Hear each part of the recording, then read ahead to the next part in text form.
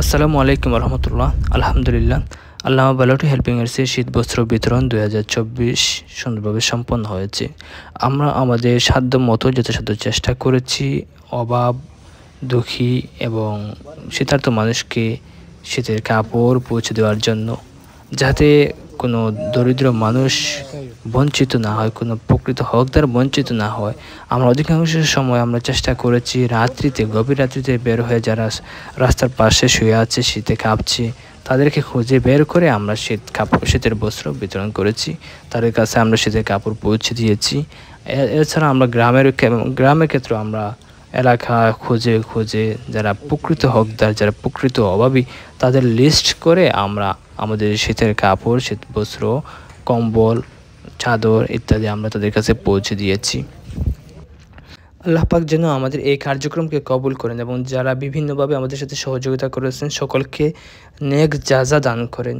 আল্লাহ রসুল সাল্লাল্লাহু আলাইহি সাল্লাম বলেছিলেন, যদি কোনো ব্যক্তি অপর ব্যক্তিকে বস্ত্র দান করে, তাহলে আল্লাহ পাক রব্বুল আলামিন তাকে পরকালে সবুজ বর্ণের একটি কাপড় পরাবেন। কেউ যদি খাদ্য দান করে, আল্লাহ পাক রব্বুল আলামিন পরকালে তাকে ফল খাওয়াবেন, তার জন্য ফল দিবেন। আর কেউ যদি পানি পান করে, আল্লাহ পাক রব্বুল আলামিন পরকালে তাকে শরবত পান করাবেন। সুবহানাল্লাহ। আল্লাহ পাক রব্বুল আলামিন যেন আমাদের সবার জন্য, সবার ভাগ্যে তা রাখেন, আমাদেরকে যেন কবুল করেন। আর এখন যেহেতু শীত শেষ হয়ে গিয়েছে আর গরম চলে আসছে, তাই আমরা শীত বস্ত্র বিতরণের কার্যক্রম বন্ধ করে দিচ্ছি। আর সামনে যেহেতু রমজান মাস আসছে, রমজানে আমাদের প্রতি বছর কার্যক্রম থাকে। আর আমাদের দেশের মানুষ যেহেতু অধিকাংশ দরিদ্র এবং মুসলিম, সুতরাং রমজান মাসে তাদের ফুড বা খাবারের বেশি প্রয়োজন হয়। তাই আমরা যথাসাধ্য আমরা চেষ্টা করি রমজান মাসে তাদের কাছে খাবার পৌঁছে দেওয়ার জন্য। আপনারাও সবাই নিজ নিজ অবস্থান থেকে এই দরিদ্র মানুষগুলোর পাশে দাঁড়ানোর চেষ্টা করবেন। যাদের ইচ্ছা আছে তারা আমাদের সাথেও শরীক হতে পারবেন।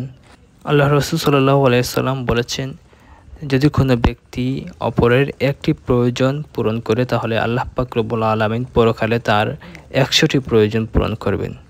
যখন কোনো ব্যক্তি অপরের দুঃখ কষ্ট সহযোগিতায় হাত বাড়ায়, তাহলে আল্লাহ পাক রব্বুল আলামিন ওই ব্যক্তির প্রতি করুণার দৃষ্টি দেন। সুবহানাল্লাহ। আল্লাহ পাক রব্বুল আলামিন যেন আমাদেরকে এই নিয়ামত থেকে কাউকে বঞ্চিত না করেন।